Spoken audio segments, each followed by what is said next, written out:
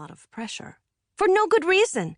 I can take the bus to school, I can walk to church and your office and the library, I can get on BART if I want to go to San Francisco. I'm fine. I pause. People are too dependent on cars. Like, sure, if a geomagnetic storm destroyed the electricity grid and society collapsed, you could use a car to get somewhere safer. Martha clears her throat.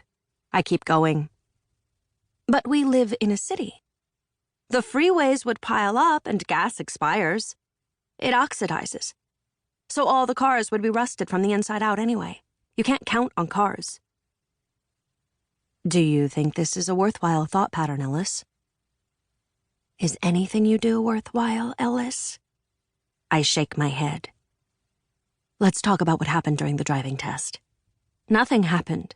What do you mean? I sat in the DMV parking lot with the driving evaluator or whatever, and nothing happened. I pause. Because I couldn't turn the car on. Martha tilts her head. Couldn't? I've only been seeing her for a few weeks, but I know what it means when she repeats a word I've said. It's like when you insert your card at the train station and the turnstile spits it back out. Try again. She's looking for me to say wouldn't or didn't want to in place of couldn't. But I really couldn't. I had my finger on the button and my foot on the brake, but my brain was already out of the parking lot and on Claremont Avenue, calculating exactly what would go wrong. You could hit a pedestrian. You could hit an elderly pedestrian. You could hit a child pedestrian.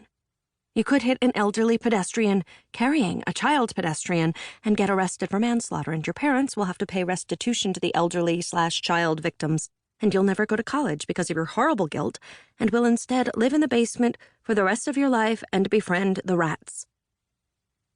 Alternatively, I could humiliate myself in front of a DMV employee. At least I've got a roadmap for that.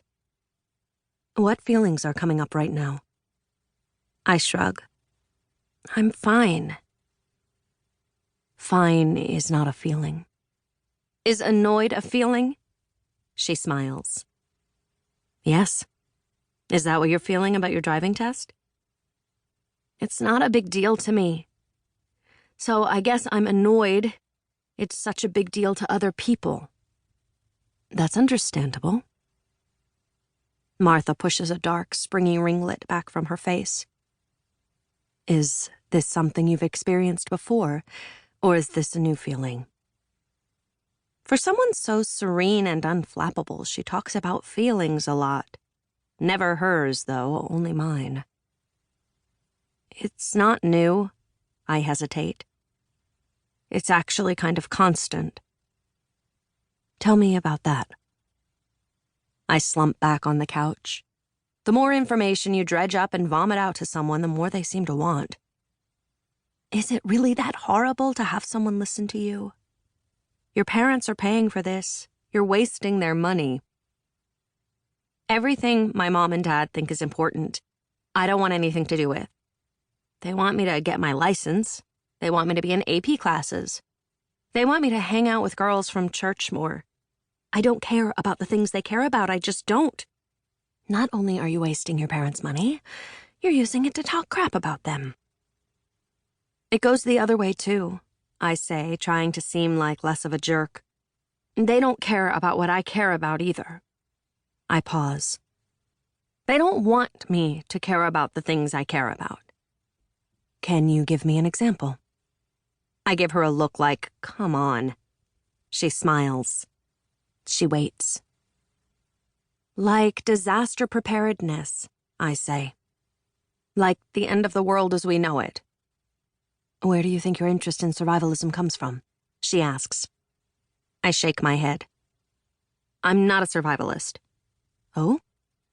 Survivalists have skill sets, hunting and fishing and living off the land, and I can't do any of that. I'm a prepper.